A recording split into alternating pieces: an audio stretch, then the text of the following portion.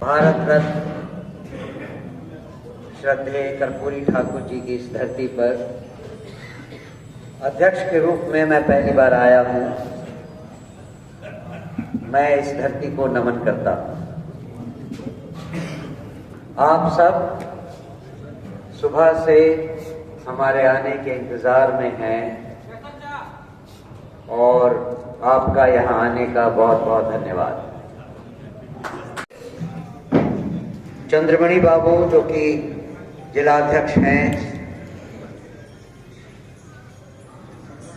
उनका मैं अभिवादन करता हूं इस आयोजन में लीड लेने के लिए।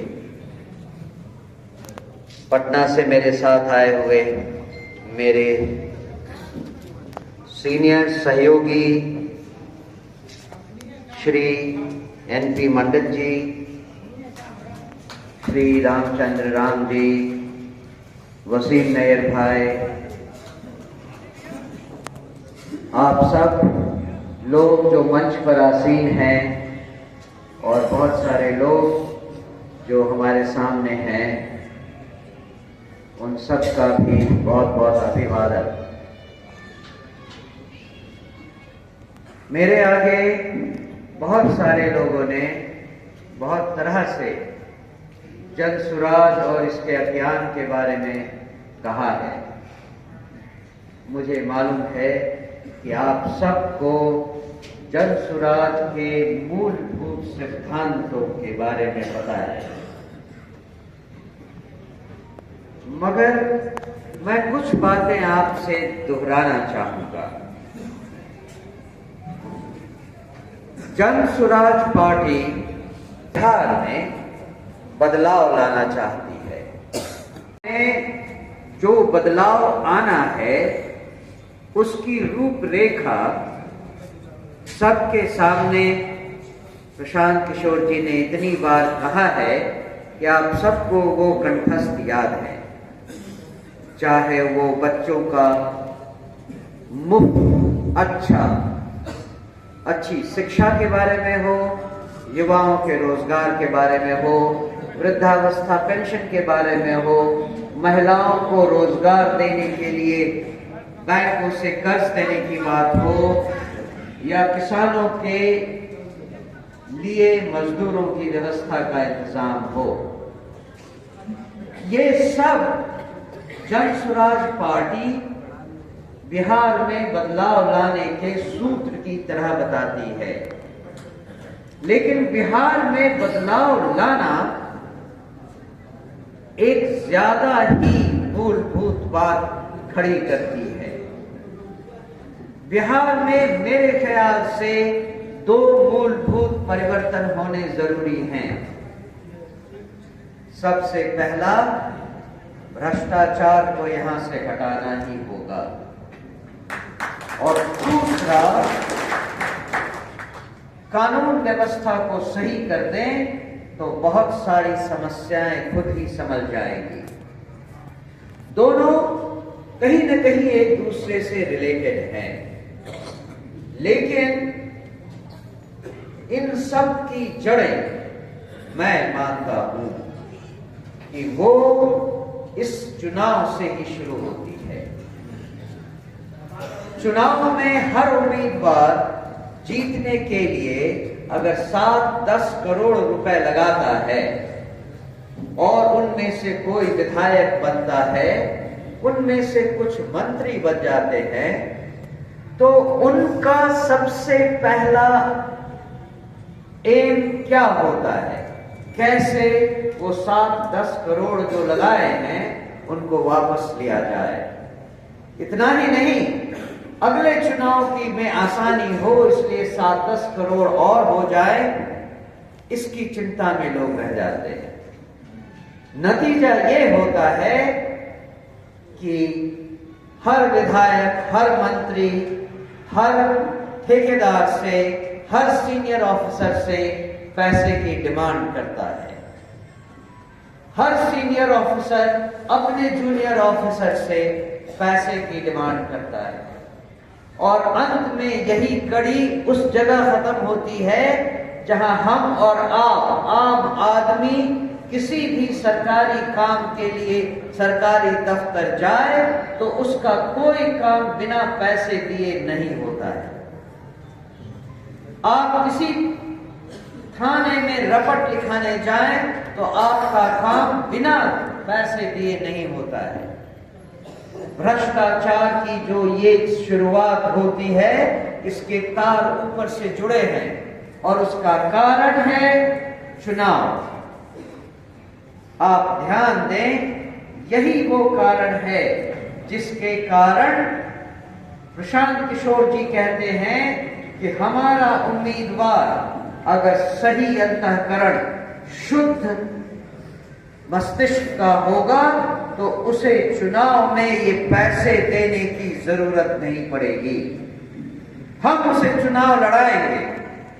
आशा यही है कि हमारा जो उम्मीदवार जीतकर विधायक बने और उसमें से कुछ मंत्री बनेंगे, उनके मन में पैसों का लालच नहीं होगा। हम ये कोशिश कर रहे हैं कि हमारे उम्मीदवार, हमारे मंत्री, हमारे विधायक भ्रष्टाचार की शुरुआत ऊपर से नहीं करेंगे। सबसे कठिन बात हमारी पार्टी के लिए यही है कि हम कैसे वो 243 लोग खड़े करें जो जीतने के बाद पैसे की लालसा नहीं रखेंगे। कैसे हम अपने लिए निस्वार्थ भाव के लोग जो शुद्ध अंतःकरण से जनता की सेवा के लिए चुनाव लड़ें, उनको खोजें।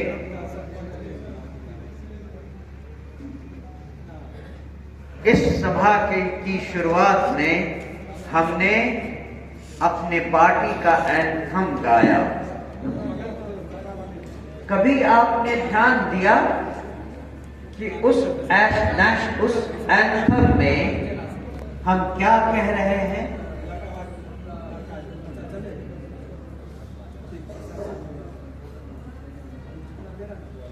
कुछ लोग फोन पर बात कर रहे हैं।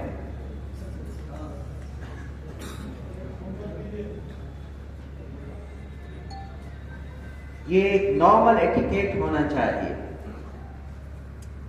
सभा में आने के समय आपका फोन साइलेंट मोड पे स्विच ऑफ होना चाहिए। अगर इतनी भी कर्टसी नहीं है तो फिर आप जनसुराजी कैसे हो सकते हैं? जो मैं कह रहा हूं उसका मर्म ही यही है। हमने अपने एंथम में कहा, इतनी शक्ति हमें देना दाता, मन का विश्वास कमजोर होना। हम चले नेक रास्ते पे हमसे, भूल कर भी कोई भूल होना। ये केवल कहने की बात नहीं है, कुछ सोचकर प्रशांत किशोर जी ने इसे अपने पार्टी का एंथम बनाया। हम जनसुराजी तब बनेंगे जब हम खुद को थोड़ा थोड़ा बदलेंगे। हम समाज को बदलने की बात करते हैं, समाज तो हमसे बना है। अगर हम नहीं बदले तो हम समाज को क्या बदलेंगे? आप सब जानते हैं, मैं 4 देशों में भारत का राजदूत रह चुका हूं। 8 देशों में मैंने भारत सरकार की सेवा की है। बाकी देशों को छोड़िए, जो विकसित देश हैं उनको छोड़िए। इंडोनेशिया में मैं अंतिम बार राजदूत था। इंडोनेशिया हमसे भी नीचे के स्तर पर आता है। विश्व में हम 5वीं बड़ी अर्थव्यवस्था हैं। इंडोनेशिया 16वीं सबसे बड़ी अर्थव्यवस्था है। लेकिन इंडोनेशिया में भी आप जाएं तो लोगों में जो अनुशासन है, self control, self discipline, social discipline है, उसको देखकर यहां आने पर लगता है हम 100 साल पुरानी जिंदगी जी रहे हैं। कहां से लाएं हम वो सोशल डिसिप्लिन? कैसे लाएं वो सोशल डिसिप्लिन जिससे बिहार में बदलाव आ सके? जन सुराज जिस बदलाव की बात करता है वो ऐसे नहीं आ जाएगा। चाहे आप 10 प्रशांत किशोर को रख दें या 10 मनोज भारती को रख दें, समाज नहीं बदलने वाला। बिहार में बदलाव की शुरुआत भी आपसे है और अंत भी आपसे है। आप अगर जनसुराजी हैं तो पहले अपने आप को टटोल कर देखिए, क्या आप जनसुराजी बनने लायक हैं? क्या आप समाज को बदलने का जो बीड़ा उठाना चाहते हैं उसकी शुरुआत अपने आप को बदलने से कर सकते हैं या नहीं? ये बताइए। आप सब अगर अपने इस ऑर्गेनाइजेशन में संतुलित व्यवहार नहीं कर सकते, एक दूसरे की टांग खींचने के बजाय साथ रहकर काम नहीं कर सकते, तो आप कैसे जनसुराजी हैं? आप क्या कर सकते हैं? अगर आप एक जनसभा की मर्यादा नहीं रख सकते तो फिर आप कैसे जनसुराजी हैं? मुझे तो समझ में नहीं आता।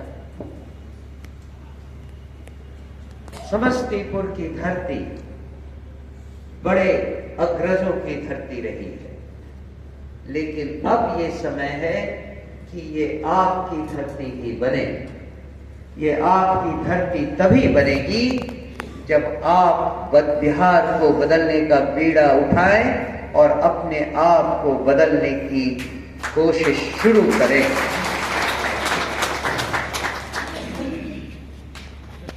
इसी कड़ी में मैं आपको कुछ बातें संगठन की बताना चाहता हूं। आप में से कुछ लोगों ने पिछले उपचुनावों के बारे में कुछ कहा। हम 4 जगहों पे उपचुनाव लड़े।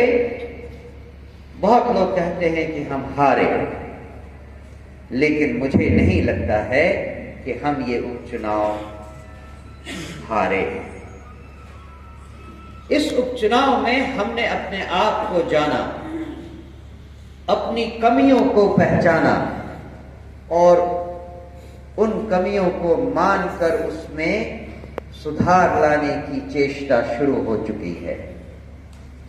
अंग्रेजी में कहते हैं to err is human, Hindi में कहते हैं गलती करना हमारी प्रकृति है, मानव प्रकृति है, हमसे गलती हो जाती है।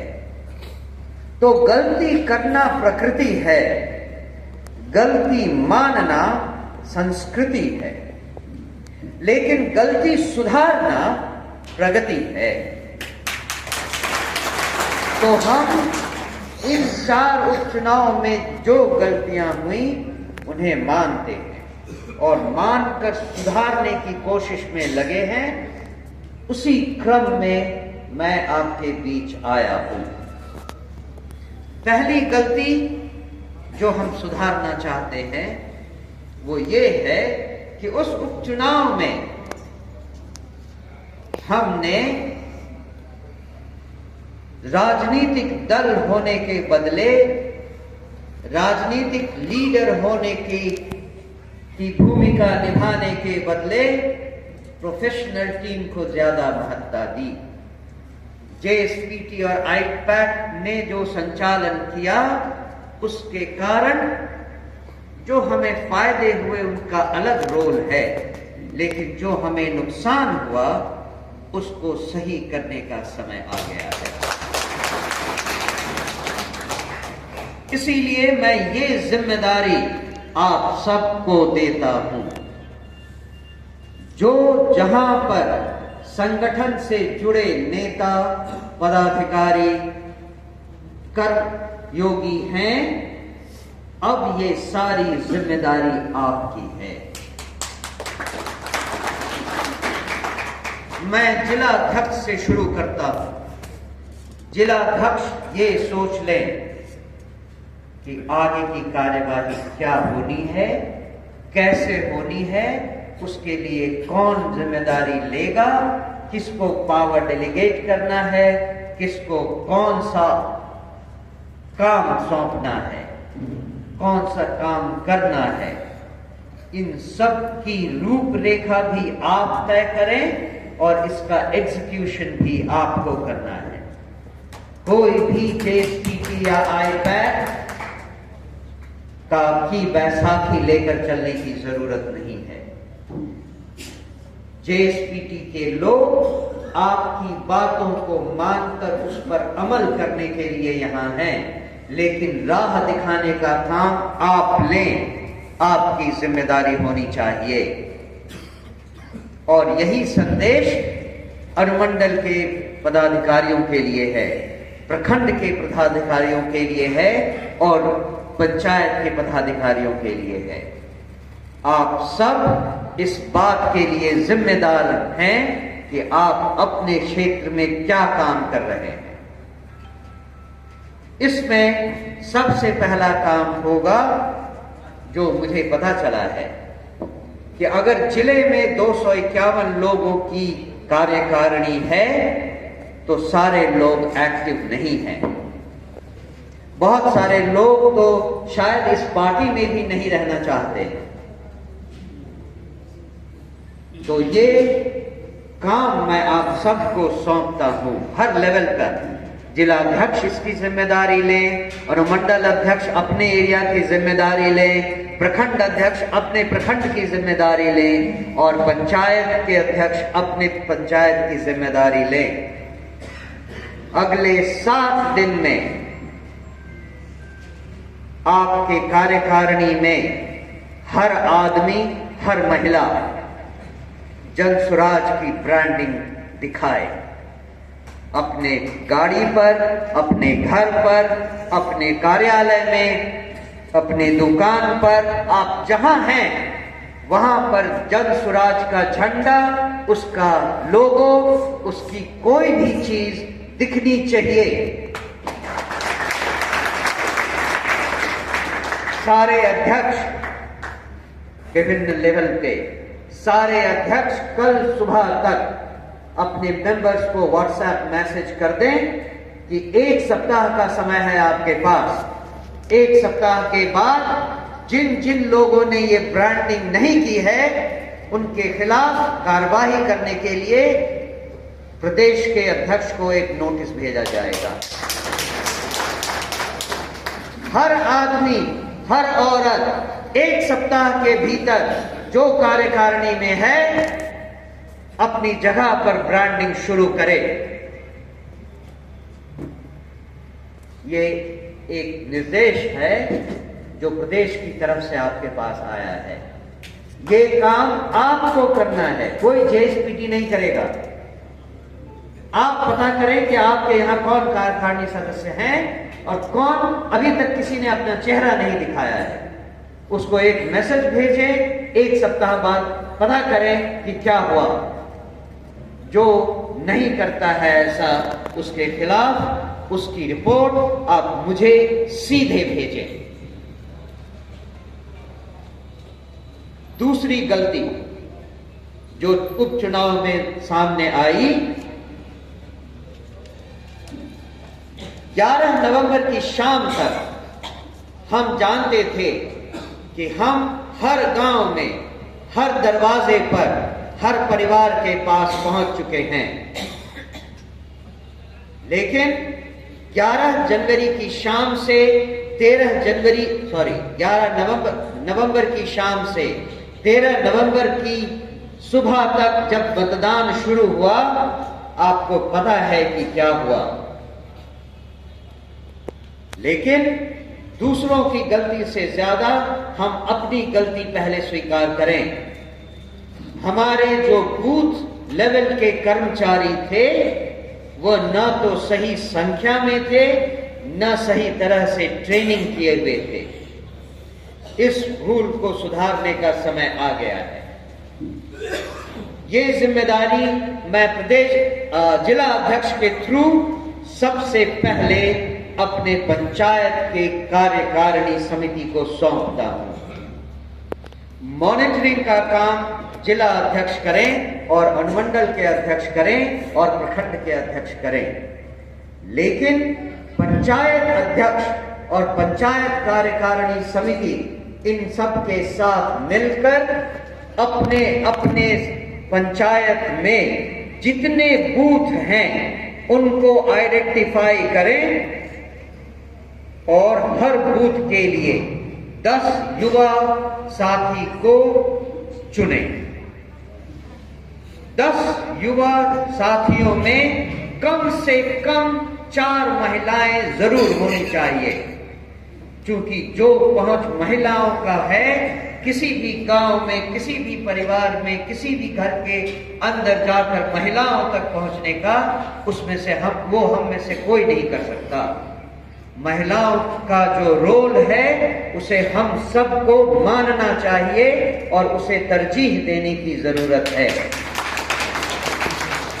तो हर बूथ पर जो 10 लोगों की बूथ कमेटी बने, उसमें कम से कम 4 महिलाएं तो जरूर हों। ये बूथ कमेटी 31 जनवरी तक पूरी हो जानी चाहिए, जिसकी इंफॉर्मेशन जिला अध्यक्ष प्रदेश अध्यक्ष को भेजें। आई होप कि कोई इन बातों को नोट कर रहा है। 31 जनवरी तक हर बूथ पर 10-10 लोगों की बूथ कमेटी बने, उसकी जानकारी प्रदेश अध्यक्ष को 31 जनवरी तक मिल जानी चाहिए, जिससे कि उन सब की ट्रेनिंग शुरू हो सके। उन सबको ट्रेनिंग दी जाएगी कि क्या उनका कर्तव्य है, क्या उनके अधिकार है, बूथ पर उन्हें क्या देखना है, क्या करना है और क्या नहीं करना है। तो ये 2 काम हम जरूर करें और उसके टाइमलाइन को मैंने आपको बता दिया है। एक बात जो मंडल साहब ने कही, अगली बार जब मैं यहां आऊं या प्रदेश से कोई भी कमेटी आए तो ये स्वागत भाषण नहीं होने चाहिए। हर लेवल पर हर कार्यकर्ता या पदाधिकारी अपने प्रदेश, अपने जिले की, अपने अनुमंडल की, अपने प्रखंड की या अपने पंचायत की पूरी रिपोर्ट पेश करेगा। आज के बाद से मान लीजिए 30 दिनों में, 35 दिनों में या 40 दिनों में फिर से यहां मीटिंग होती है, तो इस 40 दिन में आपने क्या किया इसकी रिपोर्ट होनी चाहिए। कितने कार्यकारिणी के मेंबर थे, जिनमें से कितने एक्टिव नहीं थे, उनमें से कितने एक्टिव हुए, आपने 40 दिनों में क्या क्या काम किया, उसमें कितने लोगों ने भाग लिया, कितनों ने भाग नहीं लिया, इन सब की पूरी जिम्मेदारी आपकी है और उसकी जानकारी आप अपनी रिपोर्ट में दें। कोई स्वागत भाषण करने की जरूरत नहीं है। मुझे ये मालूम है कि आप सबके मन में कुछ सवाल हैं, जो कि मुझे पिछले कुछ जिलों में जाने पर लोगों ने पूछे। उनमें से कुछ सवालों के जवाब मैं आपको अपने आप दे देता हूं। लोगों ने कहा कि सारे कार्यकारिणी मेंबर्स में कुछ न कुछ संसाधनों का इंतजाम होना चाहिए, बिना उसके काम करना बहुत मुश्किल है।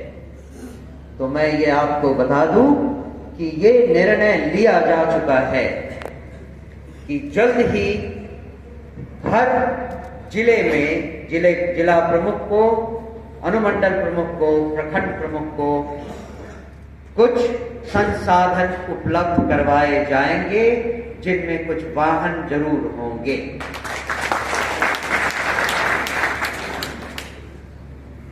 मुझे मालूम है कि कुछ कामों को करने के लिए कुछ कोष की व्यवस्था होनी चाहिए। इसके बारे में भी अब तक कुछ नहीं हुआ, क्योंकि पार्टी के नाम पे केवल मैं अकेला था वहां पर, पार्टी अध्यक्ष। आपको मालूम है 3 दिन पहले हमारी कोर कमेटी की मीटिंग हुई, जिसमें बहुत सारे निर्णय लिए गए। उनमें से कुछ निर्णय ऐसे थे जिसमें एक कोषाध्यक्ष का भी पद लाया गया है। मुझे आशा है कि जल्द ही कोष का वितरण कैसे हो, इसके बारे में आप सबको बताया जाएगा।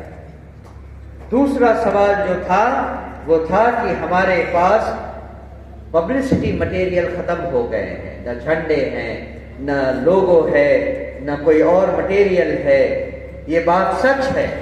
पिछले 2 महीने से, जब से 2 अक्टूबर की मीटिंग हुई है, नए पब्लिसिटी मटेरियल्स नहीं बनाए गए हैं। उसका एक कारण था कि हमारे लोगों पर महात्मा गांधी जी की तस्वीर के साथ साथ डॉक्टर अंबेडकर की तस्वीर भी आनी थी। उसका निर्णय भी 3 दिन पहले कोर कमेटी की बैठक में हुआ है। और अब जो लोगो आएगा, जो पब्लिसिटी मटेरियल बनेगा, उसमें ये दोनों ही महापुरुषों की तस्वीर होगी। आपको नया पब्लिसिटी मटेरियल बहुत जल्दी ही मुहैया करवाया जाएगा। तो मैं अब और आपसे कुछ नहीं कहूंगा। आप सबने मेरी बातों को ध्यान से सुना, इसके लिए बहुत बहुत धन्यवाद।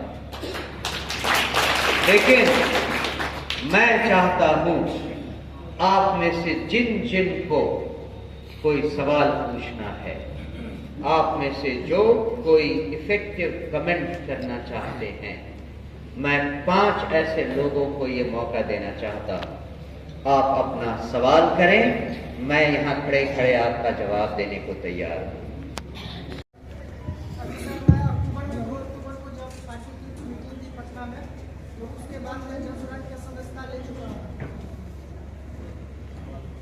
तो मैं 2 अक्टूबर के बाद मैं पटना से लौट रहा था, तो उस दिन मैं भीड़ देखी वहाँ। उसके बाद मुझे लगा कि अब मुझे जन स्वराज की सदस्यता ले लेनी चाहिए। सर, मैं समस्तीपुर जिले के शैक्षिक व्यवस्था पे बात करना, थोड़ा सा एक सवाल ये है कि प्रशांत किशोर जी को मैं बहुत दिनों से सुन रहा हूँ। उन्होंने कई बार कहा है कि अपने यहाँ पूरे देश के साथ साथ बिहार में जो प्राथमिक शिक्षा है वहाँ खिचड़ी मिल रही है, और जो उच्च शिक्षा है वहाँ डिग्री केवल मिल रही है। तो सर, शैक्षिक व्यवस्था के परिवर्तन के लिए जन स्वराज का क्या आगे का प्लान है, और इसमें युवाओं की क्या भागीदारी होगी? दूसरा सवाल ये है सर। एक सवाल बस 1 मिनट। दूसरा सवाल किसी दूसरे को पूछें। Okay sir, thank you. शिक्षा नीति ऐसी है जो जन स्वराज अभियान की आत्मा में बसती है। हमारा पहला और सबसे प्रमुख काम होगा शिक्षा नीति में सुधार लाना। इसके बारे में जो एक बात प्रशांत जी ने खुले मन से कहा है कि अगर जनता के आशीर्वाद से जन स्वराज की सरकार आई तो 3 महीने के अंदर हर बच्चा, हर गांव में, हर कस्बे में, हर जगह हर बच्चे को अच्छी मुफ्त शिक्षा दी जाएगी। अगर किसी के पास पब्लिक स्कूल में जाने का सामर्थ्य नहीं है तो उस बच्चे को पब्लिक स्कूल में सरकारी खर्चे पे भेजा जाएगा। ये आपको बताता है कि शिक्षा के बारे में जन स्वराज क्या सोचता है। जहां तक पूरी शिक्षा व्यवस्था का सवाल है, फरवरी के अंत में या मार्च की बिगिनिंग में जब हमारा विजन डॉक्यूमेंट आएगा, उसमें आपको शिक्षा के बारे में एक समग्र रूपरेखा देखने को मिलेगा। वो एक ऐसा कॉम्पोजिट मॉडल होगा, एक अच्छा समग्र मॉडल होगा जिसमें हर लेवल पर शिक्षा और शिक्षा के बाद रोजगार कहां से मिले, ये इंटरकनेक्टेड होगा, एक दूसरे से निर्भर करेगा। युवा लोगों का ये रोल होगा उसमें कि जितनी भी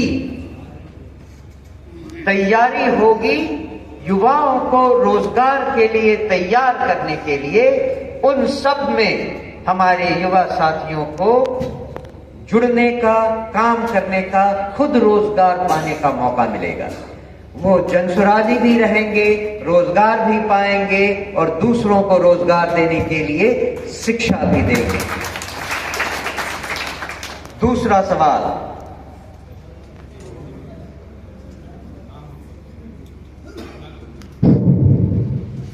मेरा नाम डॉक्टर शंभू कुमार हुआ, विभूतिपुर ब्लॉक से मैं बिलोंग करता हूँ और रोसड़ा मंडल सचिव भी हूँ। मैं सुझाव और सवाल दोनों करूंगा कि मैं चाहता हूं कि प्रत्येक वार्ड में 10 सदस्य सक्रिय रूप से हो, ताकि हर पंचायत में कम से कम अगर 15 वार्ड है तो 15 दह के 150 लोग हमसे भागीदार के रूप में जुड़ेंगे और मात्र 3-3 लोग को ही प्रभावित करते हैं, तो हमारी संख्या उतनी हो जाती है जितना के लिए हम सदन में झंडा फहराने के लिए और सदन में बैठने के काबिल हो जाए। लेकिन यह दुखद पहलू है कि हम सभी लोग प्रशांत जी के ही भरोसे बैठे हुए हैं, प्रशांत जी की भाषण सुनने के लिए, प्रशांत जी की पैसे से सहयोग लेने के लिए। अब यहाँ के जो कार्यकर्ता है वो हतोत्साहित होते जा रहे हैं और टूटते जा रहे हैं। मैंने कहा था और मैंने एक इंटरव्यू में दिया कि यहाँ हर किसी को प्रशांत बनना पड़ेगा। एक पंचायत में, एक गांव में अगर किसी के साथ कोई घटना घटी है तो प्रशांत जी को ये खबर भी नहीं होगा, और शायद खबर भूल से हो भी जाए तो शायद वो आ नहीं पाएंगे, चाहे कारण जो भी।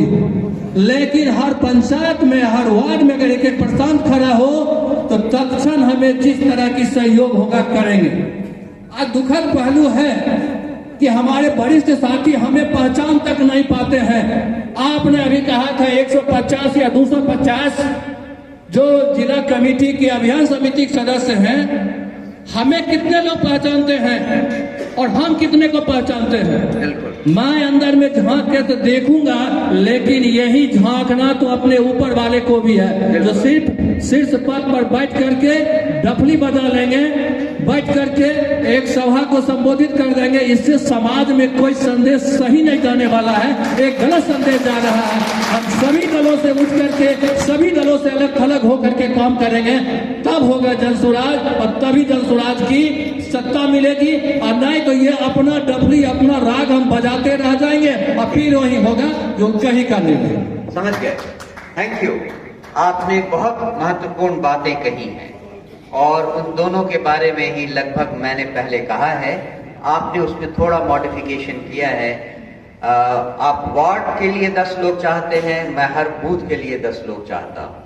तो ये आप लोग खुद डिसाइड कर लें, स्पेशली जो पंचायत लेवल पे हमारे अध्यक्ष हैं, कार्यकारिणी के मेंबर हैं, वो हमें इस बात की सूचना दें कि वो या तो हर वार्ड के लिए 10 लोग रखें या हर बूथ पर 10 लोग रखें। ये आप तय कर लें, लेकिन मेरे ख्याल से हमें बूथ कमेटी के निर्माण पर ध्यान देना चाहिए, वो ज्यादा इफेक्टिव होगा। पर आपकी बात में भी दम है। दूसरी बात जो आपने कहा, मैं उसको बिल्कुल अच्छी तरह समझता हूं और एक बार पुनः उन सारे पदाधिकारियों को जो विभिन्न लेवल पे किसी पद पर हैं, ये सुनिश्चित करें कि आप रेगुलरली मीटिंग्स बुलाएं, लोगों को जानना पहचानना शुरू करें। मैं आपको बताऊं, जिस दिन से मैं अध्यक्ष बना हूं, उस दिन से जब भी मुझे पटना में रहना होता है, आप पार्टी कार्यालय में मुझे 10:30 बजे से 6:30 बजे शाम तक, 10:30 बजे सुबह से 6:30 बजे शाम तक कभी भी आकर मिल सकते हैं। मैं हमेशा कार्यालय में रहता हूं, कोई भी आकर मुझसे सीधा मिल सकता है, किसी को पहले से कोई अपॉइंटमेंट लेने की जरूरत नहीं है। मैं चाहता हूं कि जिला लेवल पर, अनुमंडल लेवल पर, प्रखंड लेवल पर अगर आपके पास कार्यालय है तो वहां, नहीं तो एक निश्चित जगह पर सप्ताह के हर दिन कोई न कोई कार्यकारिणी का सदस्य अवश्य होना चाहिए। इसकी आप सुनिश्चितता निर्णय करें। दूसरी बात, रेगुलर मीटिंग हो जिसमें आप अपने सारे कार्यकारिणी के मेंबर्स को जानें, उनको समझें। अगर हमने आपसे कभी या किसी ने भी, कोर कमेटी के किसी मेंबर ने आपसे किसी भी सदस्य के बारे में पूछा, तो आप कम से कम 2 सेंटेंस उसके बारे में कह सकें जिसमें कुछ दम हो। तभी आपकी सार्थकता होगी, तभी आपके पद की सार्थकता होगी। ये मैं बहुत गंभीरता से, बहुत संजीदगी के साथ कह रहा हूं। तीसरा सवाल,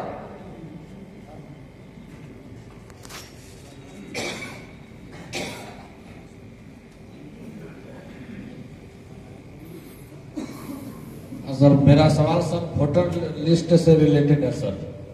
हाँ जी सर, वोटर लिस्ट से रिलेटेड ये है कि सर जो उपचुनाव हुआ, उपचुनाव में जो प्रधान जी जो हमारे कैंडिडेट को जो घोषणा किए थे, तो उनका वोटर लिस्ट में नाम नहीं था किसी साजिश के कारण। जी, इसी से रिलेटेड है कि हमारे यहाँ भी जो PLO है वो वोटर लिस्ट में नाम नहीं जुड़ रहे हैं, घर घर आके सर्वे कर रहे हैं। तो इसके लिए हम प्रखंड अध्यक्ष से मिलकर और ब्लॉक प्रखंड विकास पदाधिकारी और जिला निर्वाचन पदाधिकारी पर दबाव डाला जाए कि इसको सही से किया जाए, और वोटर लिस्ट चुनाव से 2-3 महीना पहले एक प्रति हर एक बूथ पर अवेलेबल कराया जाए।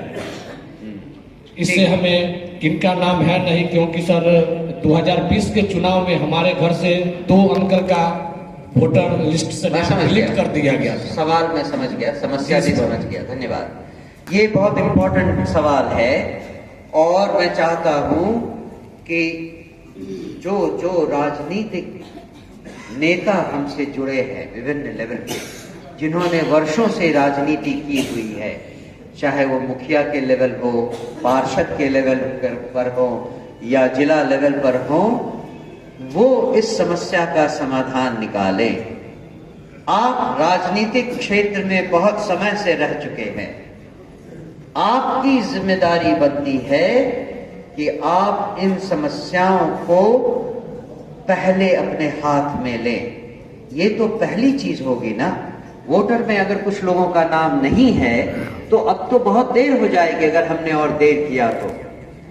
वो लोग जो अपने आप को राजनीतिक नेता कह रहे हैं और उस बेसिस पे इस सभागार में प्रस्तुत हैं, उन सब से ये निवेदन है कि आप अपने अपने अधिकार क्षेत्र में वोटर्स की लिस्ट पर ध्यान दें।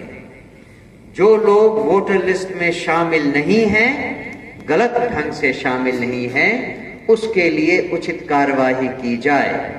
अगर ज्यादा नंबर में ऐसे लोग हो जाते हैं जिनका नाम वोटर लिस्ट में नहीं है, तो आप इसको एस्केलेट करके ऊपर तक लाएं। जिला लेवल के पदाधिकारियों से बात करें।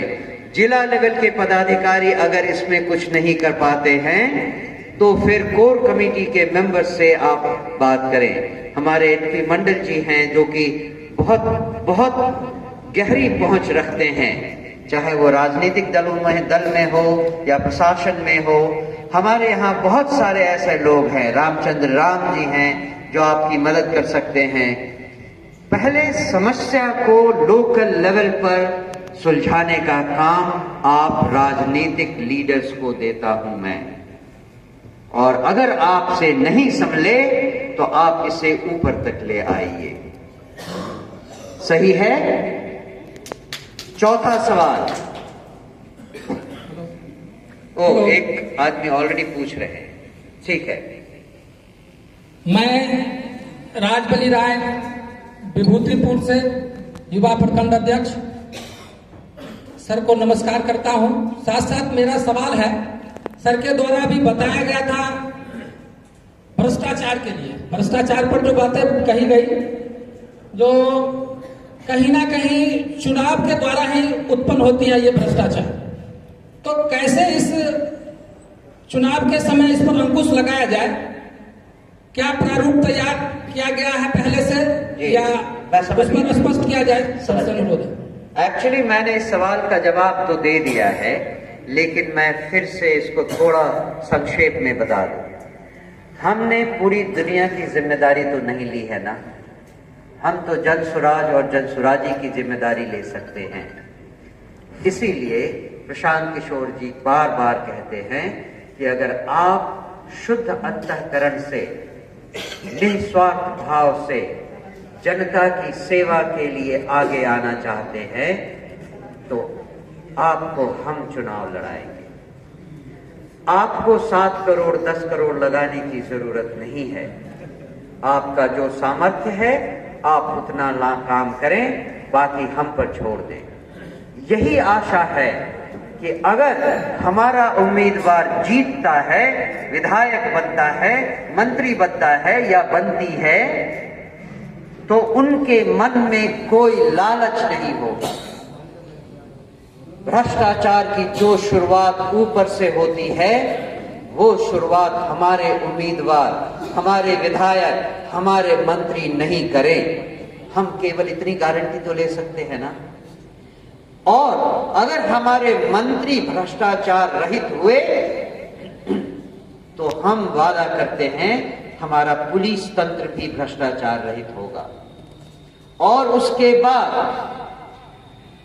नीचे के प्रशासन में कोई भी पकड़ा गया भ्रष्टाचार करते हुए, घूस लेते हुए, अनावश्यक दबाव डालते हुए, उसको कॉलर पकड़कर सीधा बर्खास्त किया जाएगा। 3 महीने के अंदर मैं आपको वादा करता हूं, अगर हमारी सरकार बनी और हमारे उम्मीदवार सही मायनों में जनसुराजी निकले तो 3 महीने के भीतर बिहार से भ्रष्टाचार का नाश कर दिया जाएगा। जरूरत इस बात की है कि हम वैसे शुद्ध अंतःकरण के निस्वार्थ लोग कहां से लाएं। यहां तो जो आता है सब टिकट ही लेने के लिए आता है। कहां से लाएं ऐसे लोग जो जनता की सेवा करने के लिए आगे आना चाहते हैं, जिन पर भरोसा किया जाए कि जब वो विधायक बनेंगे, मंत्री बनेंगे तो 1 पैसा डिमांड नहीं करेंगे किसी से। तभी तो हम प्रशासन को शुद्ध कर पाएंगे। कहां से लाएं ऐसे लोग? ऐसी शक्ति हमें देना दाता, मन का विश्वास कमजोर होना। अंतिम सवाल।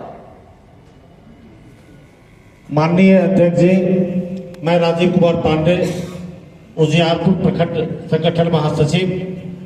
अभी श्रीमान के आगमन के साथ कर्पूरी स्मारक पर आपके श्री हाथों के द्वारा माल्यार्पण किया गया। जब हम अम्बेडकर स्मारक की तरफ गए, जबकि प्रशासनिक अनुमति थी, फिर भी वह द्वार हम सबों के लिए बंद कर दिया गया। क्या इसके संदर्भ में जिला प्रशासन में कोई न कोई एक पदाधिकारी ऐसा होगा जो निश्चित तौर पर कहीं न कहीं बाधित होगा? क्या उसके खिलाफ हमें प्रयास करना चाहिए? नहीं, मैं समझ गया। हम जनसुराजी इन छोटी छोटी बातों पर अपनी ऊर्जा नष्ट नहीं करते हैं। हम यहां आए हैं जनता को एक संवाद देने, जनता को जनसुराज की नीतियों के बारे में बताने, अपने को तैयार करने कि हम जनता के प्रतिनिधि बन सकें। अगर यहां प्रशासन कुछ करता है, ये उनकी प्रॉब्लम है, रहने दें। जैसे हम बार बार कहते हैं कि हम चुनाव किसी भी दल को हराने के लिए नहीं कर रहे, भाग ले रहे। हम शासन में आना प्रायोरिटी नहीं मानते हैं। हम उस दिन जश्न मनाने के लिए तैयार नहीं हैं जिस दिन जनता के आशीर्वाद से हमें शासन में आने का मौका मिलेगा।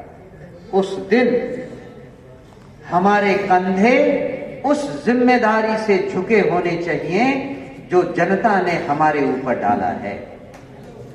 असली जश्न हम 2-3 साल बाद उस दिन मनाएंगे जिस दिन हम अगर किसी गांव जाएं या कोई गांव से एक आम व्यक्ति हमारे पास मिलने आए और कहे, अपने मुंह से कहे कि सर हम उस सरकारी दफ्तर गए थे, दाखिल खारिज कराना था, बड़े आराम से हो गया, किसी ने 1 पैसा नहीं मांगा। हम थाने गए थे, एक रपट लिखाना था, बड़े आराम से हो गया, किसी ने परेशान नहीं किया, 1 पैसा नहीं लगा। हम अपनी बीवी का इलाज करने अस्पताल गए थे, गांव वाले अस्पताल में, डॉक्टर भी था, अच्छे से देखा, इलाज भी मुफ्त हुआ, हमको बहुत अच्छा लगा। जिस दिन हम जनता के मुंह से ये सुनेंगे, उस दिन हम जश्न मनाएंगे। उस दिन हम जान लेंगे कि बिहार को बदलने की राह पर जिस हम चले थे, उसमें 1 कदम हम आगे बढ़ गए हैं।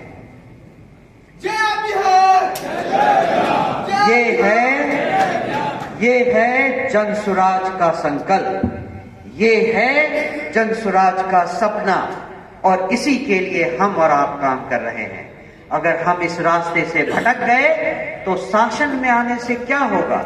2 साल के भीतर हम भी लालू यादव और नीतीश कुमार की तरह भटक जाएंगे अपने रास्ते से। हमें भी जनता वैसे ही गाली देगी जैसे आज हम लालू जी की सरकार को और नीतीश कुमार की सरकार को देते हैं। क्या अंतर रह जाएगा हम में और बाकियों में? अगर हमें सरकार में आना है तो हमें जानना होगा कि हमारा सपना क्या है, हमारी राह क्या है, हमारा रास्ता कहां से शुरू होता है, कहां तक जाता है। जी, अंतिम सवाल मैं आपसे ले लेता।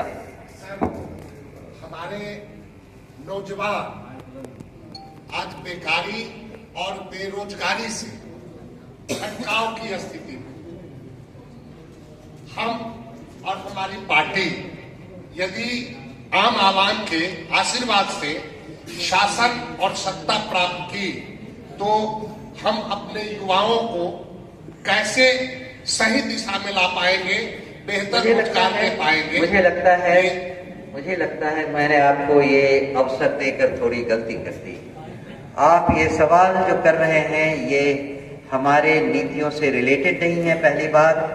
दूसरी बात, इस सवाल पर प्रशांत किशोर जी ने कई बार कहा हुआ है और खुले मन से उन्होंने कहा है कई बार कि अगर जन स्वराज की सरकार बनी तो अगले छठ के बाद जो युवा यहाँ रहना चाहते हैं, बाहर जाकर 10-12 हजार की नौकरी नहीं करना चाहते हैं, उन सबको यहीं पर हम 10-12 हजार की नौकरी की व्यवस्था करेंगे।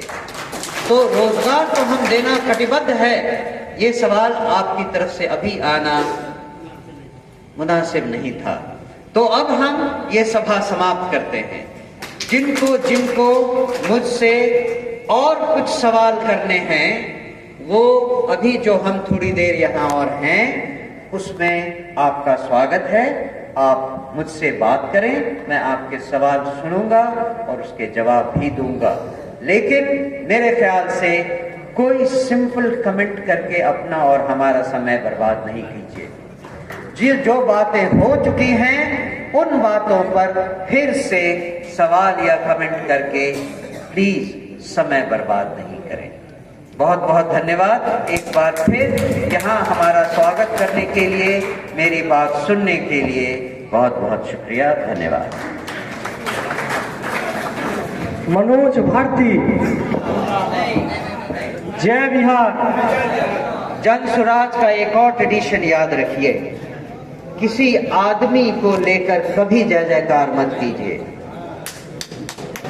प्रशांत किशोर जी भी कई बार कह चुके हैं, आप लोग मानते नहीं हैं। जन स्वराज में केवल बिहार की जय जयकार हो, ज्यादा से ज्यादा जन स्वराज की जय जयकार हो, किसी व्यक्ति की जय जयकार मत कीजिए। इसे ध्यान में रखिए।